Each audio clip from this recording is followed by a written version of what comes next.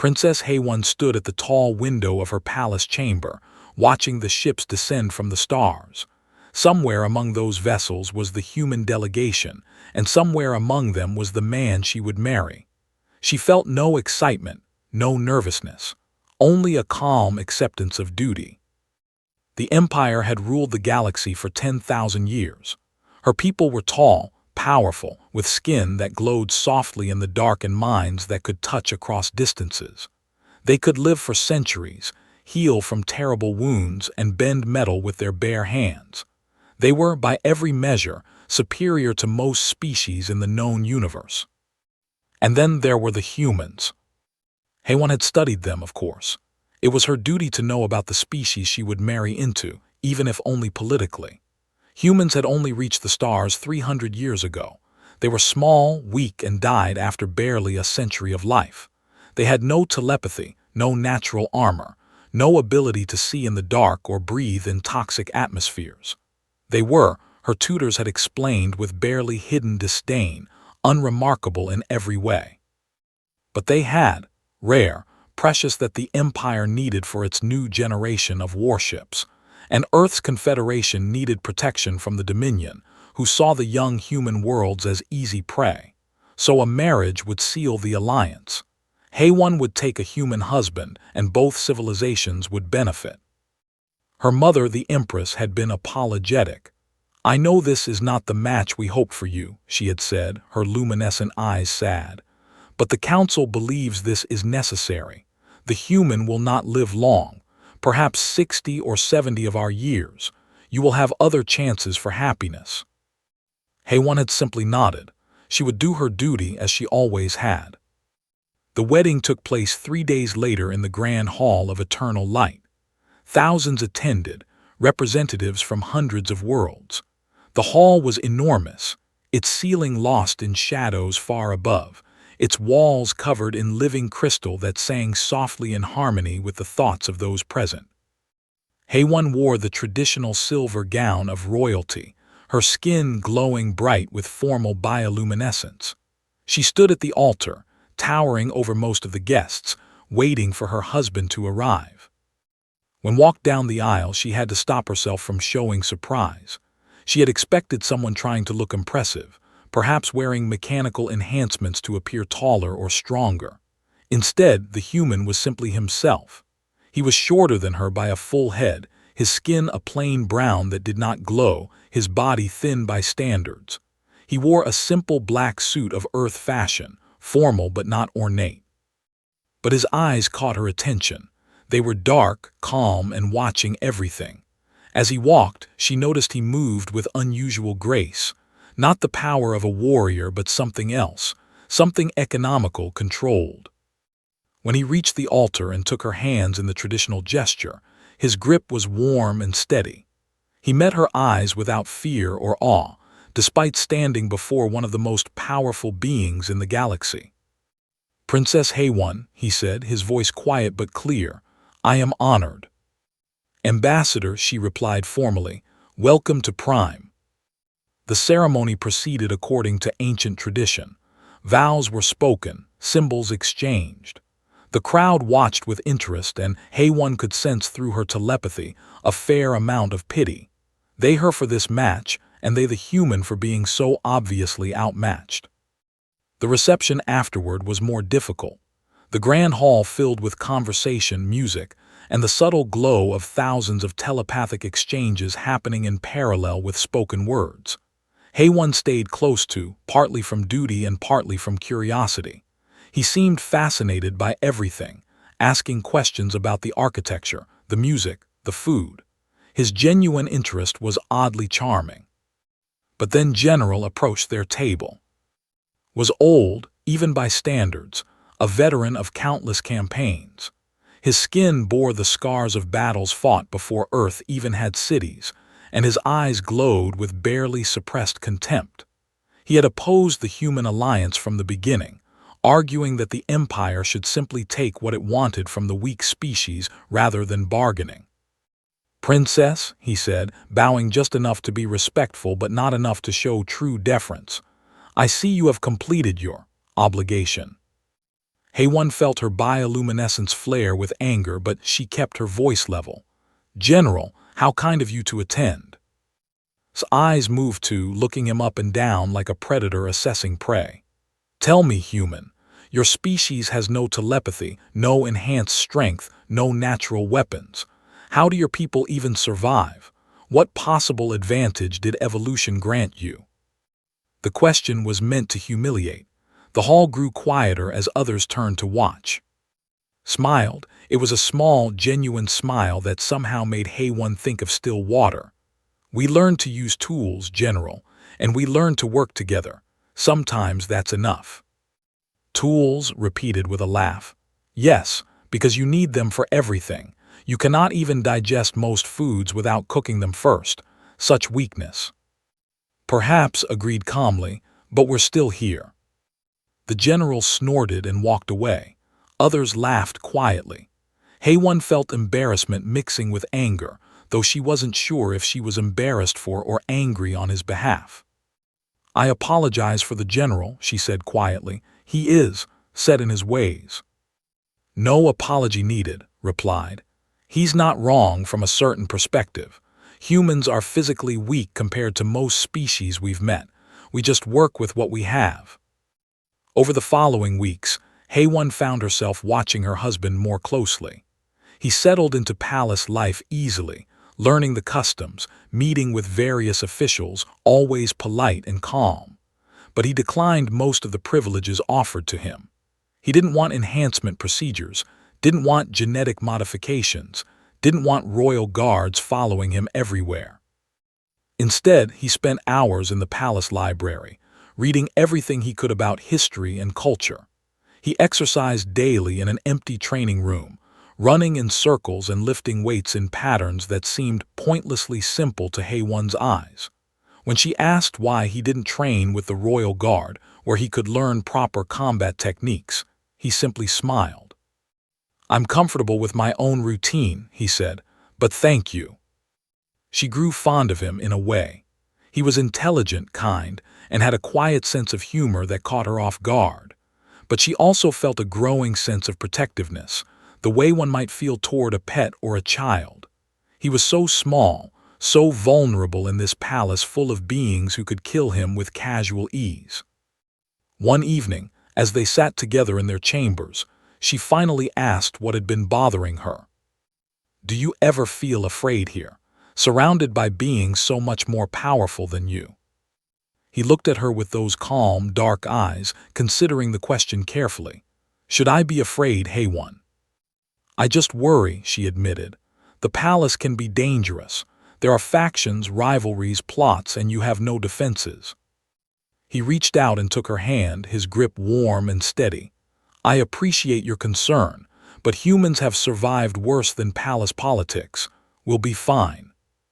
She wanted to believe him, but as she lay awake that night, listening to his slow, steady breathing beside her, she couldn't shake the feeling that he was like a candle in a storm, bright and warm but so easily extinguished. She would protect him, she decided. However long this marriage lasted, she would keep her gentle human husband safe from the dangers he couldn't possibly understand. It never occurred to her that perhaps she was the one who didn't understand. 3 months passed, and Hei-1 found herself in an unexpected situation. She was happy. Not the grand, passionate happiness she had once imagined marriage might bring, but something quieter and warmer. Was easy to live with. He listened when she talked about her duties, offered surprisingly good advice on complicated political situations, and never seemed bothered when her obligations kept them apart for days at a time. But the rest of the court saw him differently. At formal dinners, while other consorts displayed their abilities in subtle competitions of telepathic wit or physical grace, simply sat and ate. He contributed to conversations with careful questions rather than bold statements. He never tried to impress anyone. Lady Jin, wife of the Minister of Trade, had once leaned close to Hei-1 and whispered, "Your human is very restrained. Does he have any talents at all?" Hei-1 had bristled at the condescension in the words, but truthfully, she wondered the same thing. seemed content to be unremarkable. He read books, took his daily exercise, and occasionally met with the small human delegation that had remained on Prime. That was all. The human delegation itself was small and quiet. Ambassador Wu, who served as Earth's official representative, was efficient but unmemorable. There were a handful of trade specialists, cultural advisors, and security personnel. They kept to themselves mostly, working out of a modest building near the palace. Nothing about them suggested they were anything other than what they appeared to be. His daily routine became well known in the palace, mainly because it seemed so strange. Every morning at dawn, he went to an unused training room in the East Wing. Haewon had watched once from the doorway, curious about what he did there. She had been disappointed. He ran in circles around the room for nearly an hour, his breathing steady and controlled. Then he did various exercises, lifting weights, moving through odd poses that seemed to have no purpose. Sometimes he practiced movements that might have been combat techniques, but they looked slow and inefficient compared to martial arts. When she asked about it, he simply said, "Just keeping in shape." "But why not train with the guard?" she had pressed. "They could teach you proper techniques, perhaps help you develop some actual skill." He had smiled that quiet smile. "I'm comfortable with what I know." She let it go, but it worried her. In the palace, status was everything, and status came from demonstrated ability. Demonstrated nothing, and she could see the disrespect growing. It came to a head at the Festival of Ascension, a grand celebration held in the palace gardens. Thousands attended, and the evening was filled with displays of skill. Young nobles competed in telepathic games, physical contests, and artistic performances. It was all very civilized, but also very much about establishing hierarchy. Haewon sat beside on the raised platform reserved for the royal family. Her parents, the Emperor and Empress, watched the festivities with pleased expressions. Various nobles approached throughout the evening to pay respects and make conversation. General came with several of his senior officers. He bowed to the Emperor, nodded to Haewon, and completely ignored. "Your Majesty," said, his voice carrying across the platform, "I must again express my concerns about our alliance with Earth. We have offered protection, technology, trade access. And what have they offered in return? Yes, but that is simply selling us rocks from their ground. Where is their military contribution, their technological innovation, their cultural achievement?" The Emperor's expression grew stern. "General, this is not the time." "Forgive me, Your Majesty, but when is the time? We have bound ourselves to a species that cannot even defend their own worlds without our help. They are children playing at civilization." Haewon felt her bioluminescence surge with anger, but before she could speak, his hand gently touched her arm. "General," said calmly, "you make valid points. Humans are indeed young among the stars. We have much to learn." Turned to him with barely hidden contempt. "At least you have the wisdom to recognize your limitations. Tell me, human, what exactly does your species contribute to the galaxy? Beyond raw materials, what worth do you have?" The platform had gone silent. Everyone was watching now. This was a direct insult, a challenge that demanded a response. Any would have reacted with anger, perhaps even violence. Status demanded it. Simply smiled. "I suppose that's for others to decide, General. We do what we can." "What you can," repeated with a harsh laugh, "which is almost nothing." He turned to his officers. "Come, let us find conversation worthy of our time." They left. The festival continued, but Haewon felt humiliated in a way she had never experienced before. Not for herself, but for her husband, who sat beside her calm and unbothered, as if he hadn't just been publicly insulted by one of the most powerful military leaders in the empire. "Why didn't you defend yourself?" she asked later when they were alone in their chambers. "Why do you let them treat you this way?" "Would it help if I got angry?" asked reasonably. "What would I accomplish? wants me to react, wants to prove that humans are emotional and unstable. I won't give him that satisfaction." "But he's right, isn't he?" The words burst out before she could stop them. "You have no power here, no status, nothing to make them respect you." He looked at her for a long moment, and for the first time she saw something flicker in his calm expression, something that might have been sadness. "Is that what you think, that I have nothing?" "I don't mean," she started, but he held up a hand. "It's okay," he said quietly. "I understand how it looks, but hey, one, respect that comes from fear or power isn't really respect. It's just submission. I'd rather be underestimated than feared." She didn't understand, but she let the matter drop. The weeks that followed were tense. Faction grew bolder, making comments about humanity's weakness at every opportunity. There were whispers in the court that perhaps the alliance had been a mistake, that the Empire had lowered itself for nothing. Then came the incident with Ambassador Wu. The human ambassador was returning to the delegation building late one evening when she was attacked. 3 masked figures, armed with energy blades, cornered her in a quiet corridor. It should have been a simple assassination. Humans were weak, unarmored, easy to kill. But when the palace guards arrived, drawn by the sound of the disturbance, they found all 3 attackers unconscious on the floor. Wu stood over them, breathing hard but unharmed. She reported the incident calmly, then walked away. The investigation went nowhere. The attackers had no identification, and they died by suicide before they could be questioned, using poison implants that dissolved their own brains. But everyone knew it was a message from faction. What puzzled people more was how Wu had survived. She was human, supposed to be weak and helpless. The 3 attackers were mercenaries, strong and trained, yet she had defeated them. When Haewon asked about it, he simply said, "Wu is very capable." "But how?" Haewon pressed. "She's human, they were warriors." "Maybe they underestimated her," suggested. "People often do."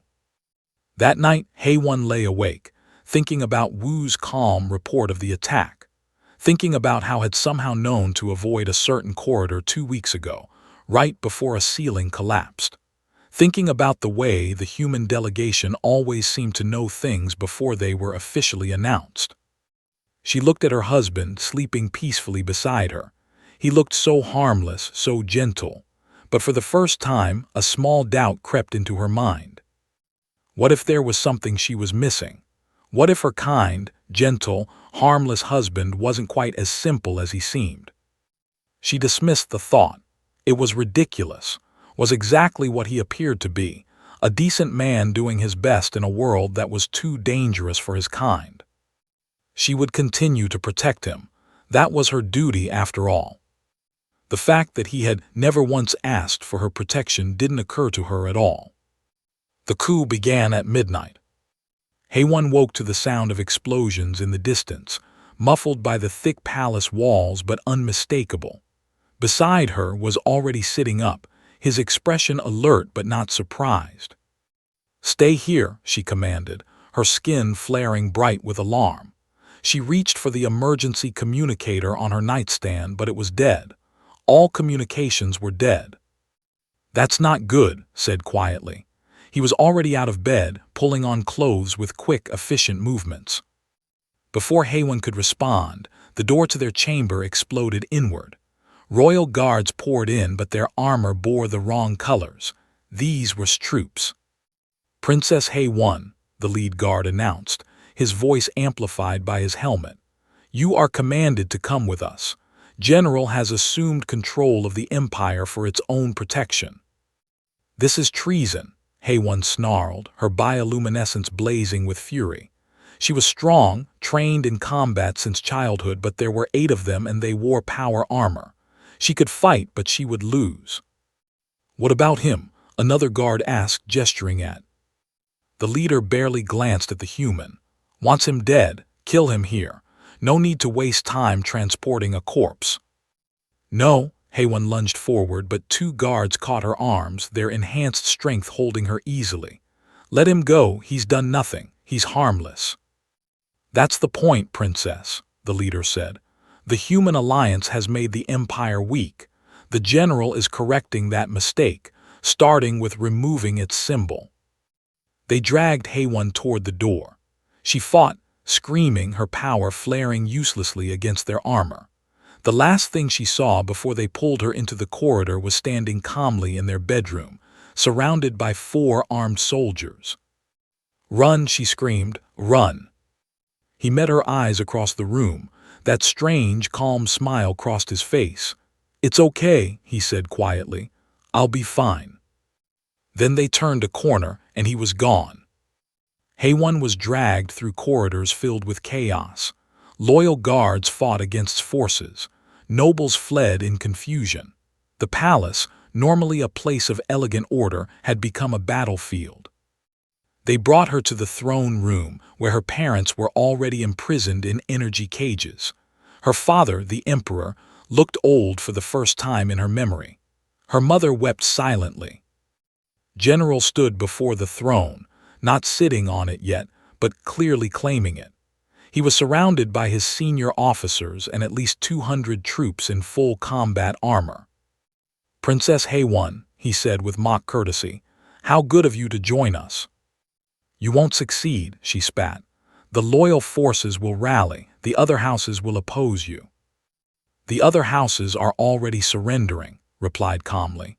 "I control the military, the communications grid, and the orbital defenses. This coup is already over. I'm simply cleaning up loose ends." He gestured to a large display screen that appeared in the air above them. It showed the royal chambers where she had left. The human stood in the center of the room, surrounded by 12 soldiers now. They had called for backup. "Your human husband," said with satisfaction. "I thought we should make an example of him. Show the galaxy what happens when you ally with weakness." The broadcast was going out across the entire empire. HFY realized with horror. Billions were watching. On the screen, the lead soldier was speaking too. "You have been declared an enemy of the Empire. Surrender and your death will be quick." Looked around at the 12 elite shock troops surrounding him. Each one was a veteran of countless battles, enhanced with combat implants, trained to kill with brutal efficiency. They were some of the most dangerous soldiers in the galaxy. "I won't surrender," said calmly. The soldiers laughed. Even through the screen, HFY could hear their contempt. "Then we'll do this the hard way," the leader said. "All units, he's authorized for lethal force." Leaned back, watching the screen with satisfaction.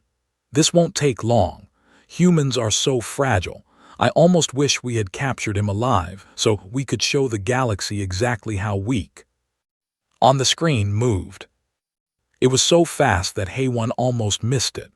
One moment he was standing still, the next he was inside the guard of the nearest soldier, his hand striking the weak point where the helmet connected to the armor. The soldier went down instantly. What started flowed into motion like water. He didn't try to match the soldier's strength. Instead, he moved between them, using their own momentum against them. When one swung at him, he redirected the blow into another soldier. When they tried to grab him, he was already somewhere else.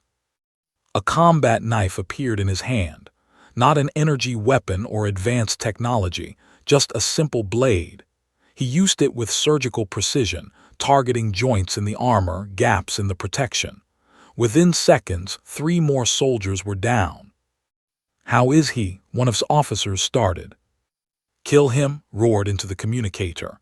"All units converge on that position now." But in the bedroom was systematically dismantling the shock troops. He moved with a terrible efficiency that HFY had never seen in him before. Every movement served a purpose. Every strike hit exactly where it needed to. There was no wasted energy, no hesitation, no mercy. One soldier managed to fire his weapon.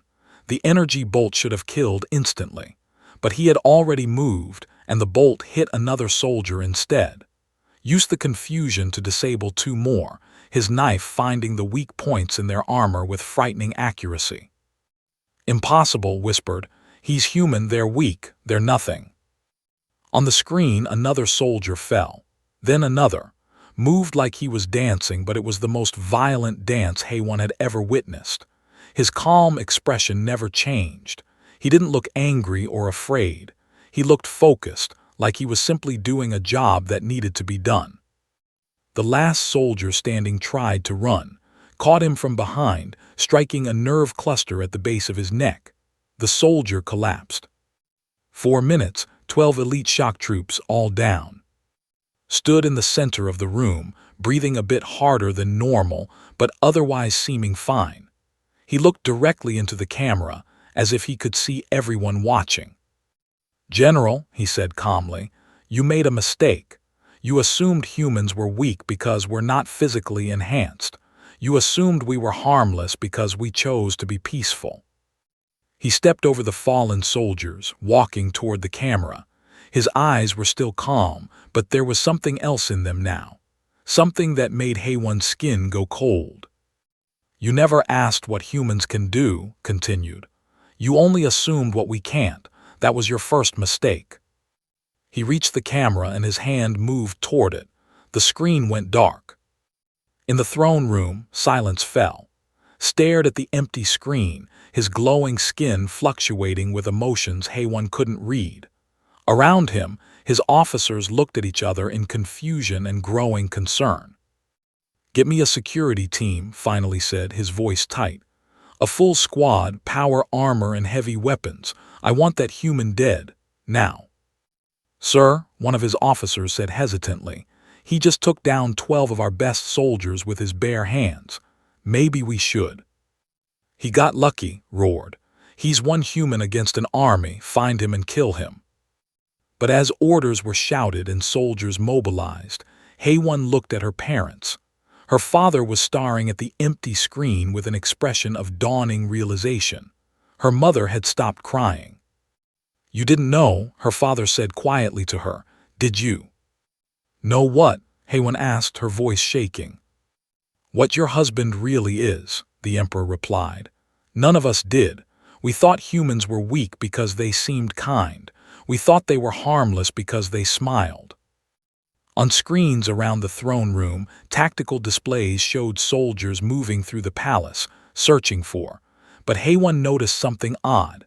Several units were reporting equipment failures. Security systems were going offline. Doors were locking and unlocking without authorization. "What's happening?" demanded. One of his officers checked a console, then looked up with genuine fear on his face. "Sir, someone is accessing the palace security protocols. The human-installed systems. We can't shut them down." "The humans insisted on installing their own security systems," the Emperor said, almost to himself. "As part of the alliance agreement. We thought it was because they didn't trust our technology. We thought they were being paranoid." He looked at Haywan, and she saw understanding in his eyes. Understanding and something that might have been respect. "They weren't being paranoid, daughter. They were being prepared. The question now is what they prepared for." In the throne room, alarms began to sound. The palace descended into chaos over the next hour, and from her cage in the throne room, Haywan could only watch. On the tactical displays soldiers searched desperately for, they found nothing. Security cameras went dark. Motion sensors gave false readings. Locked doors opened for no reason, and open corridors suddenly sealed themselves. It was as if the palace itself had turned against the coup. "Sector 7, no contact," one officer reported. "The human isn't there." "Sector 12, all clear," another said. "Where is he?" snarled, packing before the throne like a caged beast. His skin flickered with angry reds and purples. "He's one man. How can we not find one man?" Then a screen flickered to life. His face appeared, calm and composed. Behind him was what looked like a security control room. "General," said politely, as if greeting someone at a dinner party, "I thought we should talk." "Surrender immediately," demanded, "or I will execute the princess and her parents." "No, you won't," replied. His tone wasn't threatening. It was simply factual. You need them alive to legitimize your coup. Killing them now would make you just another warlord, and the other houses would unite against you. You're many things, General, but you're not stupid. His expression darkened, but he didn't deny it. Here's what's going to happen, continued. I'm currently in control of the palace security systems, all of them. Your troops can't move without me knowing exactly where they are. I can seal them in corridors, cut off their air supply, or simply lock them in place until they run out of power.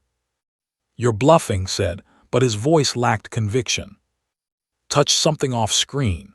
Immediately, the lights in the throne room went out. Emergency lighting kicked in, bathing everything in red. Then the lights came back on. I'm not bluffing, said. I have complete control. But that's not the important part.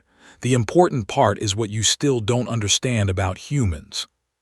He leaned forward, and for the first time, HFY saw something other than calm in his expression. It was focus. Pure, absolute focus. You wanted to know what makes humans special, General. Let me explain. We come from a world called Earth. A death world by galactic standards, extreme weather, dangerous predators, diseases that kill millions. For most of our evolution, we were prey. Weak, slow, with no natural weapons. On the screen, stood and began to walk through the corridors. The camera followed him, clearly from a mobile unit. 2 more humans appeared beside him.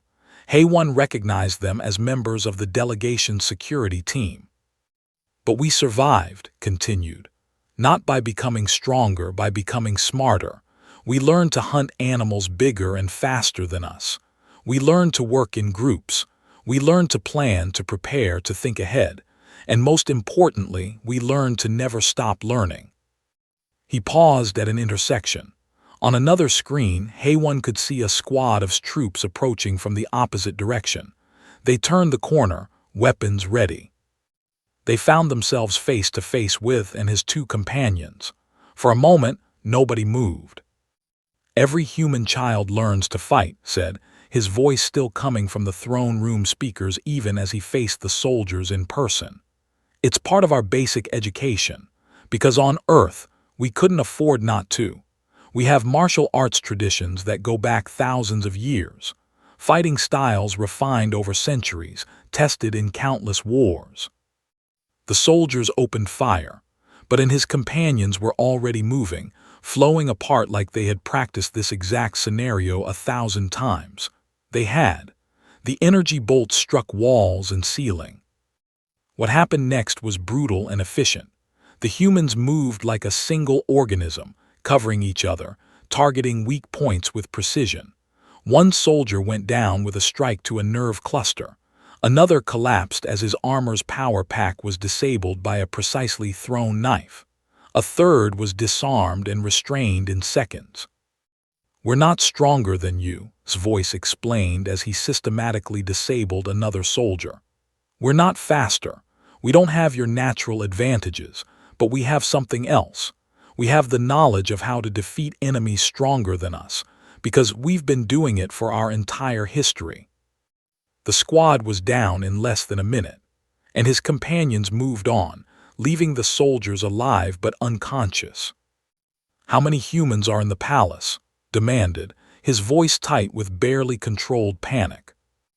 Enough, replied.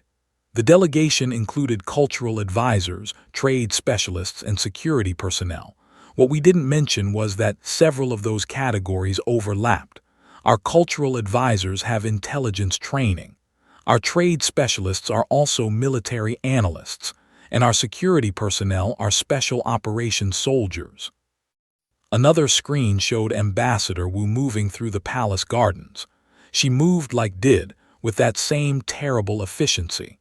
Behind her, a trail of disabled soldiers marked her path. For 3 months we've been studying this palace, said. Every corridor, every security protocol, every defensive system. We've been learning your military tactics, your communication methods, your command structure. Not because we expected a coup, but because that's what humans do. We prepare for every possibility. He stopped walking and looked directly into the camera. We are persistence hunters, General. That's what we evolved to be.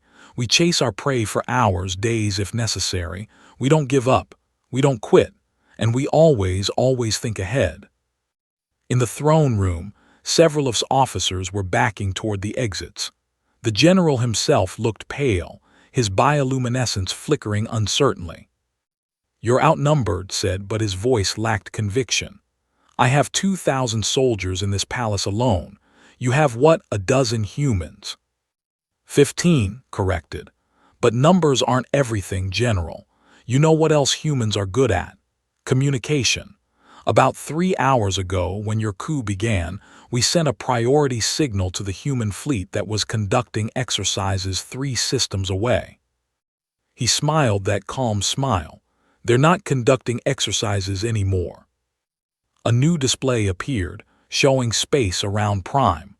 Dozens of human warships were entering the system, their weapons systems active. "They won't fire on the capital," said quickly. "They can't risk harming the royal family." "They won't need to," replied. "They're here to assist the legitimate government. Your coup is already failing, General. Your troops can't move without us knowing. Your communications are compromised. And now you have an entire fleet telling the rest of the Empire that Earth stands with the Emperor." HFY watched as the realization spread through his command staff. They had thought they were facing weak, harmless humans. Instead, they had walked into a trap that had been 3 months in the making. "The security protocols you're using," the Emperor said quietly from his cage. "We gave you access to those." "You did, Your Majesty," confirmed, his voice respectful. "As part of the alliance agreement, we installed our own systems alongside yours with your full knowledge and permission. We just didn't explain all of their capabilities. You didn't ask, and we didn't volunteer the information." "That's remarkably sneaky," the Emperor said, and there was something that might have been admiration in his voice. "Thank you," replied, "we try." On the screens, more human operatives appeared throughout the palace. They moved in coordinated teams, each one taking down soldiers with practiced ease. They weren't killing anyone, HFY noticed. They were disabling, restraining, but not executing. Even now, even in the middle of a fight for their lives, they showed restraint. But it wasn't weakness, it was choice.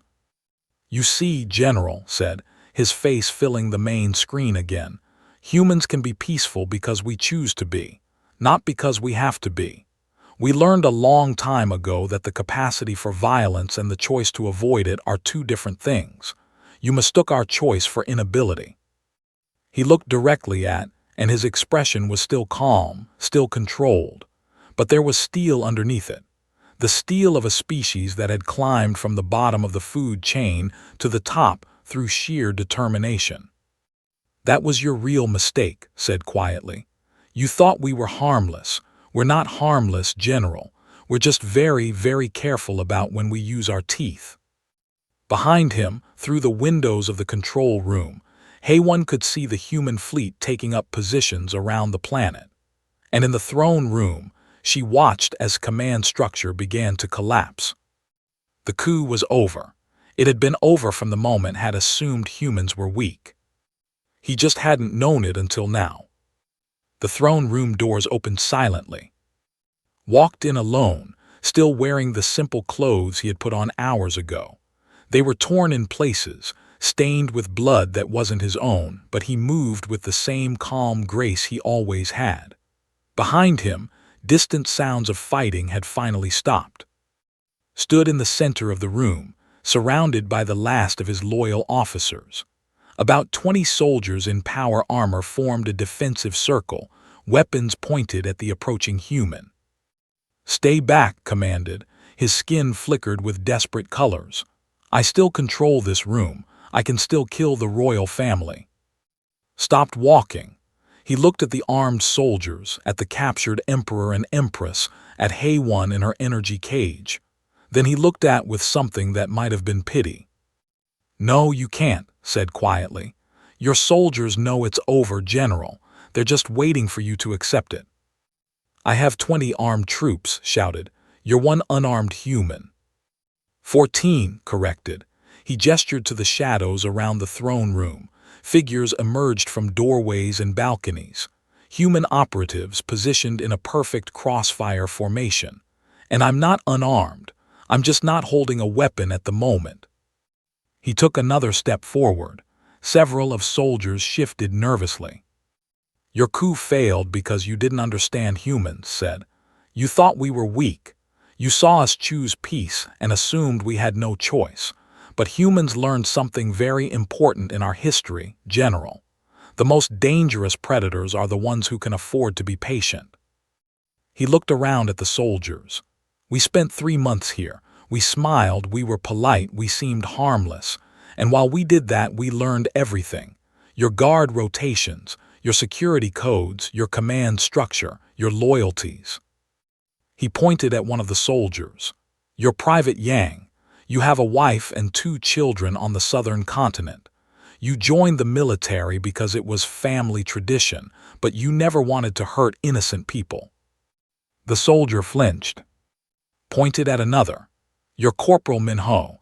You disagree with politics, but you follow orders because you believe in military discipline. He looked at each soldier in turn, naming them, describing them. They stared at him in shock. He knew them all, every single one. We know all of you, said simply, because that's what humans do. We study, we learn, we prepare. By the time we smile at you, we already know whether you're a threat.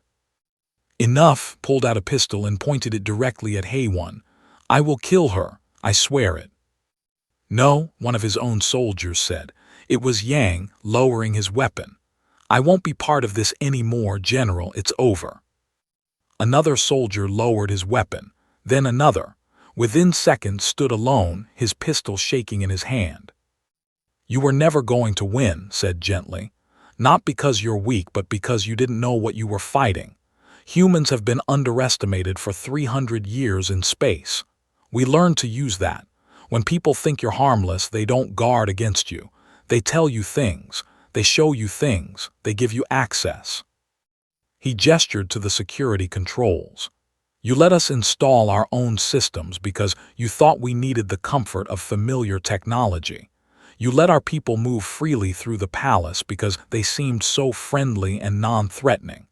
You gave us everything we needed to stop you, and you never even realized it. The pistol dropped from his hand. He fell to his knees, the fight draining out of him. We were the strong ones, he whispered. We ruled the galaxy. We were superior. You are strong, agreed. But strength isn't everything, General. We're not trying to prove we're better than you. We're just trying to survive in a galaxy full of beings who could crush us. So we learned to be smart, to be careful, to be prepared. He walked past to the energy cages. With a few commands on a control pad, the cages deactivated. HFY stepped out, staring at her husband as if seeing him for the first time. Are you hurt? Asked her quietly. No, she managed. But you, I didn't know, I never knew. I know, he said, and that gentle smile crossed his face. That was the point. If everyone knew what humans could do, we'd never stop fighting. People would see us as a threat. This way, we only have to prove ourselves when necessary. The Emperor stepped forward and immediately bowed deeply. Your Majesty, I apologize for the deception. Deception? The Emperor laughed, a sound of genuine surprise. You were honest about everything. You told us you had security personnel. You told us you wanted to install your own systems. You asked for permission to study our culture and military. We agreed to everything. We just assumed we understood what it meant. He placed a hand on shoulder. You didn't deceive us, we deceived ourselves. Over the next hours, the palace was secured. Supporters surrendered without further violence. The coup had lasted 6 hours from start to finish. No one had died, though many would require medical treatment. The human fleet remained in orbit, a silent reminder of Earth's commitment to the Alliance. But they made no aggressive moves. They were just there, present and watchful. 3 days later, a formal reception was held in the Grand Hall. The coup had failed. Order was restored, and the empire needed to show unity. But everyone knew that something fundamental had changed. HFY stood beside, watching as nobles and military officers approached them. The conversations were different now. There was respect in their voices, caution in their movements. They looked at and saw not a harmless alien, but a capable warrior who had chosen peace. "I still don't understand," HFY admitted quietly. "Why didn't you tell me? Did you not trust me?" "I trusted you," replied. "But if you had known what humans could do, it would have changed how you acted.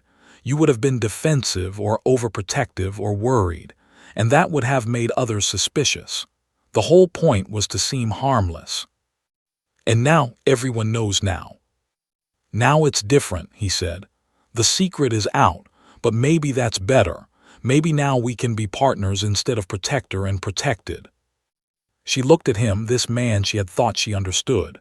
"What you said about humans being persistence predators, about never giving up, is that really true?"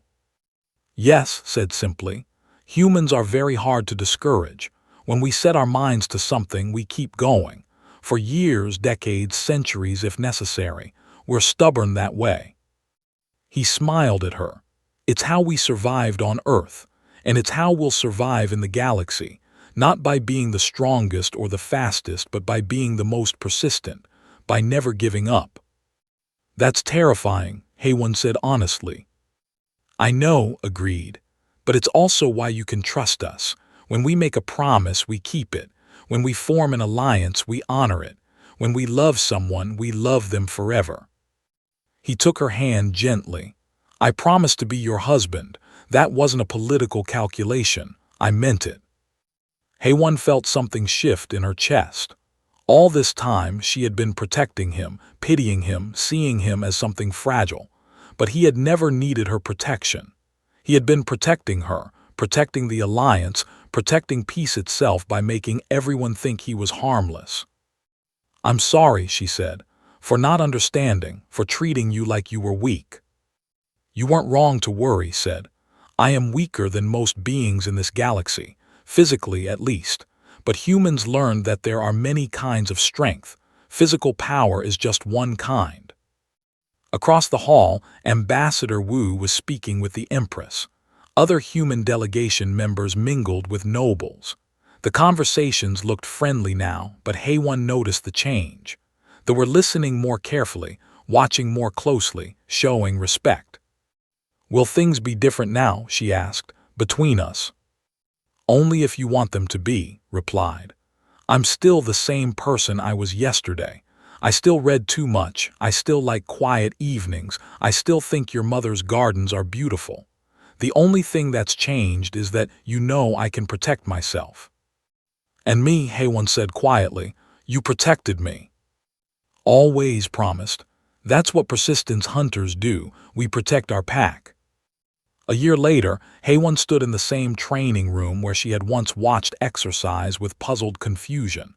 Now she understood what she was seeing. Every movement had purpose. Every exercise built specific skills.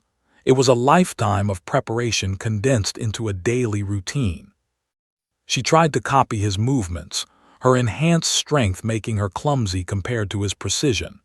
He corrected her form gently, patient as always. "You don't need to learn this," he said. "You're already strong." "But I want to understand," she replied. She rested a hand on her stomach where their child grew. "Our baby will be half human. I want to understand that part of their heritage." Smiled, and this time there was no mystery in it, just happiness. "Our child will be amazing, strong like you, stubborn like me." "Terrifying," HFY said, but she was smiling too. "Absolutely terrifying." Outside, the Empire continued its daily rhythm, but something had changed. Other species began requesting human advisors, human trainers, human perspectives. They wanted to learn what humans knew, what humans could do. Earth's confederation grew stronger, not through conquest or threats, but through respect. Respect earned the hard way, by proving that kindness and capability could coexist, that a smile could hide teeth, and that the most dangerous predators were often the ones who could afford to be gentle. And in the palace on Prime, a princess who had once her harmless husband now trained beside him each morning, learning that true strength came not from power, but from the choice of when and how to use it. The galaxy was learning that lesson too, slowly, carefully, one species at a time. Because that's what humans did best. They were patient, they were persistent, and they never, ever stopped teaching those who were willing to learn.